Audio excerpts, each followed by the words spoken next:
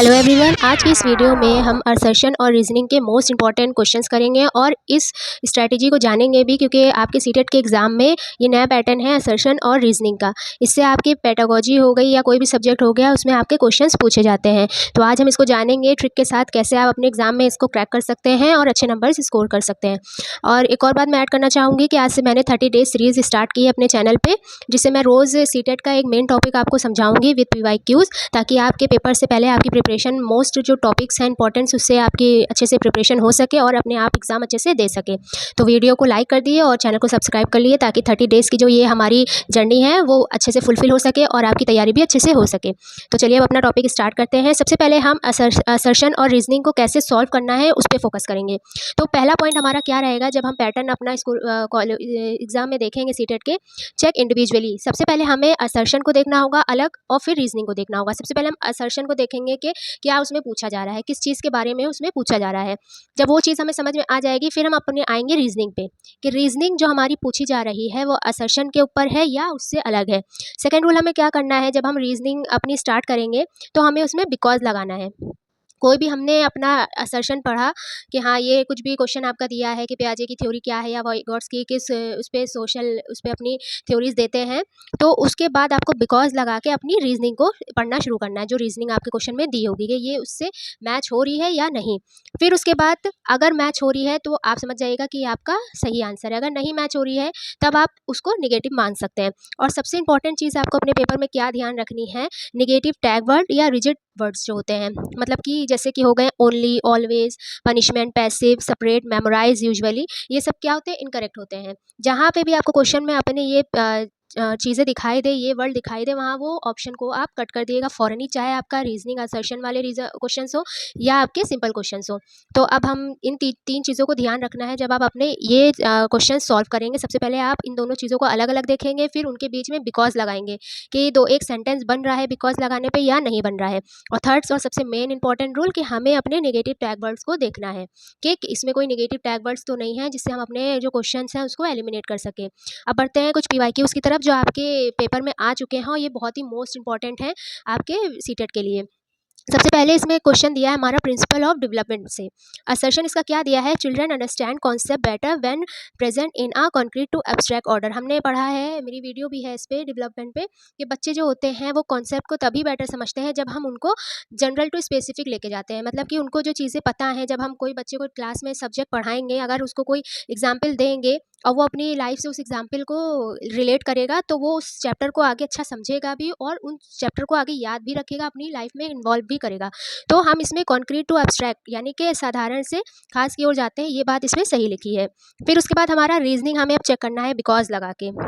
Because human development follow a definite sequential and directional pattern, ये भी सही। ये क्या है हमारा, जो बच्चे होते हैं ह्यूमन डेवलपमेंट होता है वो एक सीक्वेंशियल ऑर्डर में होता है, डायरेक्शन एक पैटर्न में होता है। ये भी सही हमने पढ़ा है अपने सीट उसमें इस चैप्टर में कि जो एक डेवलपमेंट होता है वो बच्चों में एक सीक्वेंस में होता है। मतलब पहले वो बैठना सीखते हैं, फिर खड़े होना सीखते हैं, फिर चलना सीखते हैं, तो ये एक सीक्वेंस होता है। तो हम दोनों ही हमारे इसमें क्या दिए हैं, आंसर जो है वो सही है। तो हम क्या लगा देंगे इसमें, बोथ आर करेक्ट, हमारा हो जाएगा। इसका थोड़ा सा एक्सप्लेनेशन यहाँ पे देख लिए। Development moves from general to specific, जैसे कि अभी हमने पढ़ा कि जनरल से साधारण से स्पेसिफिक की ओर जाता है। सून because children development follows an ordinary pattern, क्योंकि जो डेवलपमेंट होता है एक पैटर्न में ही होता है हमारा। ठीक, आई होप आपको ये समझ में आया होगा। नेक्स्ट अब हम अपना क्वेश्चन पढ़ेंगे इंक्लूसिव एजुकेशन का। ये भी आपका मोस्ट इंपॉर्टेंट है आपके सीटेट में, इससे आपके काफ़ी क्वेश्चन आते हैं। तो ये क्वेश्चन क्या दिया है, इसका असर्शन हमारा, inclusive education means that children with special needs should be taught in separate classrooms in main stream schools. अब यहाँ पे आपको अगर नेगेटिव टैग वर्ड्स पता है या आपने मेरी वीडियो देखी है या कोई भी वीडियो आपने देखी, पढ़ाई अच्छे से की है, तो सेपरेट ये आपका नेगेटिव टैग वर्ड है। इससे आपका ये पूरा जो कॉन्सेप्ट है जो लिखा है वही गलत हो गया, तो आप इसको हटा ही दिए कि सेपरेट, यहाँ पे सेपरेट हो, ओनली हो या लीस्ट हो, ये सब वर्ड ऐसे होते हैं जो हमें याद रखना है अपने सीटेट में। जहाँ पे भी दिखाई दे तो वो हमें गलत ही करना है। इंक्लूसिव एजुकेशन हमारा क्या होता है, ये एक ऐसी एजुकेशन होती है जहाँ पे सारे बच्चे मिल के पढ़े, ना कि बच्चों को अलग कर दिया जाए, स्पेशल नीड्स वालों को अलग कर दिया जाए, जो नहीं अच्छा पढ़ पाते हैं उनको अलग कर दिया जाए। तो इस तरह की चीज़ें हम इंक्लूसिव एजुकेशन में इन्वॉल्व नहीं करते हैं, या कोई भी हमारी एजुकेशन होगी उसमें इन्वॉल्व नहीं करते हैं। तो ये हमारा पहला तो गलत हो गया। फिर सेकंड हमारा इसका रीज़न क्या दिया है, because inclusive education emphasise adapting the system to fit the children's need rather than fitting the child into the system. अब यहाँ पे ये बात सही लिखी है कि इंक्लूसिव एजुकेशन जो है वो क्या करता है कि बच्चे की जो नीड्स हैं उनको हम अडेप्ट करें अपने सिस्टम में, ना कि बच्चे को हम सिस्टम पे थोप दें कि ये हमारा सिस्टम है, आपको इसी पे ही चलना है, चाहे आपको चीज़ें समझ में आए या ना आए, आपको ऐसे ही करना है, आपको सेपरेट कर दिया जाएगा, आपको डिमोटिवेट कर दिया जाएगा। तो ये सब इंक्लूसिव एजुकेशन का पार्ट नहीं है। तो ये हमारा सही है, लेकिन ये हमारा गलत हो गया। तो हमारा आंसर क्या हो जाएगा इसमें, ए इज़ फॉल्स, बस आर इज़ करेक्ट।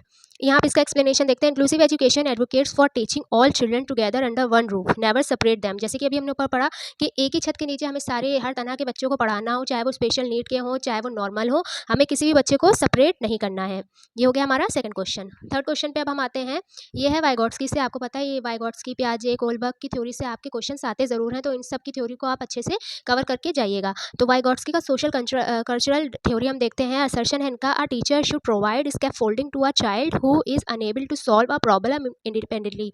मतलब यहाँ पे लिखा है टीचर को प्रोवाइड करना चाहिए बच्चों को हेल्प, जिससे वो अपनी प्रॉब्लम को अकेले सॉल्व कर सके एक स्कैफोल्डिंग के जरिए। स्कैफोल्डिंग हमें पता है क्या होता है, बच्चों को थोड़ा सा सहारा दे देना, थोड़ा सा उन्हें बता देना चीज़ों के बारे में, ताकि वो अपनी आगे चीज़ें अच्छी कर सके। तो ये तो बात इसमें सही लिखी है। अब हम इसका रीज़न देखते हैं क्या है। Because scaffolding help the child navigate through their zone of proximal development. ये भी बात सही है कि स्कैफोल्डिंग बच्चों को हेल्प करती है अपने जोन ऑफ प्रॉक्सिमल डेवलपमेंट से निकलने की, मतलब जो वो चीज़ें नहीं भी कर पाते, जब उन्हें हेल्प मिलती है स्कैफोल्डिंग के जरिए और ZPD zone of proximal development के जरिए, तो क्या करते हैं, आगे का जो रास्ता होता है उनके लिए आसान हो जाता है, चीज़ें आसान हो जाती हैं और वो अच्छे से अपनी आगे की जो जर्नी है वो कर सकते हैं। तो इसमें ये दोनों बातें ही सही लिखी है, तो हमारा आंसर इसमें हो जाएगा बोथ आर ट्रू। इसका छोटा सा एग्जाम्पल देखते हैं, एक वो देखते हैं। According to Vygotsky, temporary support provide by an adult और peer when a child stuck is called scaffolding. जैसे कि हमने पढ़ा कि जब कोई बच्चा कहीं पे फंस जाता है, तब कोई इससे बड़ा MKO हमने पढ़ा है, मोर नॉलेजेबल अदर, जो है वो बच्चे को सहायता करता है उसको आगे बढ़ने में, विच हेल्प्स, जो उनको हेल्प करता है क्रॉस देयर ZPD, जो उनका जोन ऑफ प्रॉक्सिमल डेवलपमेंट होता है, जिस जोन में वो रहते हैं उससे ऊपर जाने के लिए उसको हेल्प करता है। तो ये हमारा यहाँ पे आंसर सही हो जाएगा, दोनों सही है हमारे। नेक्स्ट हमारा इसमें आता है अब role of errors in learning. अब एरर से भी आपके काफ़ी क्वेश्चंस आते हैं, 3 से 4 क्वेश्चंस आते हैं आपके सीटेट के एग्जाम में। तो इसका पहले हम असर्शन देखेंगे। Errors made by children during the teaching learning process should be eliminated immediately with strict punishment. अब यहाँ पे भी आपको ये चीज़ देखना है कि ये पनिशमेंट आ गया, आपका ये आंसर ही गलत, ना आपको इसमें समझना है कि क्या लिखा है या किस बारे में लिखा है, ये चीज़ ही गलत हो गई। वैसे इसमें लिखा है कि टीचिंग लर्निंग के दौरान बच्चों को, जो बच्चे गलतियाँ करते हैं उसको उसी टाइम पे एलिमिनेट करना चाहिए विद स्ट्रिक्ट पनिशमेंट, मतलब उन्हें बहुत ज़्यादा पनिशमेंट देके उस चीज़ को एलिमिनेट करना चाहिए। तो ये बात बिल्कुल ही गलत है, क्योंकि यहाँ पे पनिशमेंट आ गया, आप इसको कट कर दिया। अब इसका रीज़न हम देखते हैं कि ये सही है या नहीं। Errors are natural and essential part of learning process that provide insight into the children's thinking. सही है, ये बात बिल्कुल सही लिखी है कि जो एरर्स होते हैं वो नेचुरल होते हैं और पार्ट होते हैं लर्निंग प्रोसेस का। जाहिर सी बात है, जब बच्चे गलती नहीं करेंगे तो वो सीखेंगे कब, फिर हम उनको सही कब करेंगे। तो जब बच्चे गलती करते हैं उसी से सीखते हैं, और ये उनकी एक लर्निंग का ही पार्ट होता है। तो यहाँ पे हमारा क्या हो जाएगा, A is false, R is true, ये हो जाएगा हमारा। यहाँ पे इसका एक्सप्लेनेशन देखते हैं छोटा सा। Error serves as windows into children's thinking process. एक तरह की विंडो होती है चिल्ड्रन थिंकिंग के प्रोसेस में बच्चों के लिए। They should be analysed constructively rather than punishment. उनको हमें एनालाइज करना है, बच्चों की जो एरर्स होंगी, गलतियों को एनालाइज करना है, ना कि उनको पनिशमेंट दे के चुप्पे बिठा देना है। तो ये भी हमारा क्या हो जाएगा, यहाँ पे एक फॉल्स हो जाएगा और आर इज राइट। नेक्स्ट हमारा इसमें क्वेश्चन है पियाजे से भी काफ़ी क्वेश्चंस आपके आते हैं। इनकी कॉग्निटिव डेवलपमेंट की जो थ्योरी है उससे है। असर्शन इसमें दिया है पहला हमारा, अकॉर्डिंग टू जीन पियाजे children construct knowledge about the world passively. अब यहाँ पे भी आपको क्या करना है, बस इसको कट कर देना है। क्या लिखा है आपको समझने की जरूरत ही नहीं, क्योंकि पैसिव बच्चे कभी भी, बच्चे कुछ भी कर रहे हो, हमेशा बच्चों को हमें एक्टिव रखना है। एक्टिव चाहे वो क्लास में हो, चाहे वो फील्ड में हो, कहीं पे भी हो, बच्चों को एक्टिव ही रखना है। तो ये पियाजे के अनुसार जो बच्चों की जो नॉलेज होती है, जो कंस्ट्रक्ट करते हैं, वो पैसिवली बैठ के ही कर लेते हैं, ऐसा बिल्कुल नहीं है।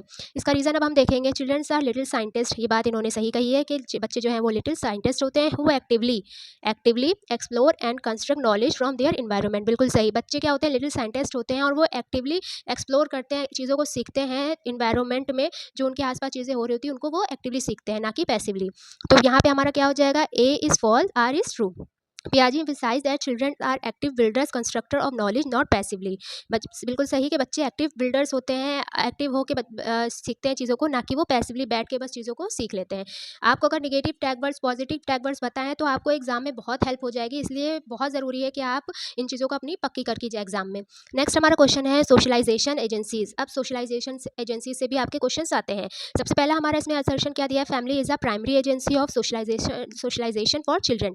बिल्कुल सही बात है कि जो हमारी फैमिली होती है तो बच्चों के लिए एक हमारी प्राइमरी एजेंसी होती है। जब बच्चे छोटे होते हैं तो वो घर में ही अंदर रहते हैं, बाहर तो जाते नहीं है, तो जो उनके आसपास के लोग होते हैं, मम्मी पापा हो गए, भाई बहन हो गए या अदर फैमिली मेम्बर्स हो गए, तो वो उनके लिए एक सोशलाइजेशन का ही काम करते हैं, क्योंकि वो अलग अलग चीज अलग अलग लोगों के बीच में रह रहे होते हैं, उनको देख रहे होते हैं कैसे क्या कौन कर रहा है। तो ये एक प्राइमरी एजेंसी बन जाता है बच्चों के लिए फैमिली जो है। ये बात बिल्कुल सही लिखी है। इसका रीज़न अब हम देखेंगे, children learns language values and primary social interaction first from their family in early childhood. बिल्कुल सही, ये भी बात सही लिखी है कि अपने अर्ली चाइल्डहुड में जो बच्चे अपने घर में ही अपनी फैमिली से जो सोशल इंटरेक्शन करते हैं, उन्हीं से जो उनका डेवलपमेंट होता है, उनको लैंग्वेज समझ में आती है, वैल्यूज़ समझ में आती है। वो किससे समझ में आती है, अपनी प्राइमरी सोशल इंटरेक्शन से, जो वो फैमिली में करते हैं, अपने अपने लोगों से, अपने लोगों के बीच में करते हैं। तो ये दोनों ही बातें बिल्कुल सही लिखी हैं, तो हमारा आंसर यहाँ पे क्या आ जाएगा, both are true. Family is the primary agent of socialisation. Primary agent हम फैमिली को मानते हैं कि हमारा फैमिली जो है प्राइमरी एजेंट है सोशलाइजेशन के लिए, घुलने मिलने के लिए, because it is the first social unit of child interact with. क्योंकि ये पहली यूनिट होती है बच्चों के लिए, पहले ऐसी होता है कि जिसमें बच्चे इंटरेक्ट कर सकते हैं दूसरे लोगों से। तो ये सब क्या है, ये सब आपके लिए एक पॉजिटिव टैग वर्ड्स कह लिए उसका काम करते हैं कि प्राइमरी हो गया, सोशल हो गया, ये सब आपको याद रखना है चीज़ें, ताकि आपके एग्जाम में आपको हेल्प मिल सके और अपना आप क्वेश्चन जो है वो अच्छे से सॉल्व कर सके, और उससे आपका काफ़ी टाइम भी बचेगा जब आपको इस सब चीज़ों की ट्रिक के बारे में पता होगा। आई होप आपको ये वीडियो अच्छी लगी होगी। मिलते हैं नेक्स्ट वीडियो में और 30 डेज़ की सीरीज़ के साथ with new concepts. Thanks for watching.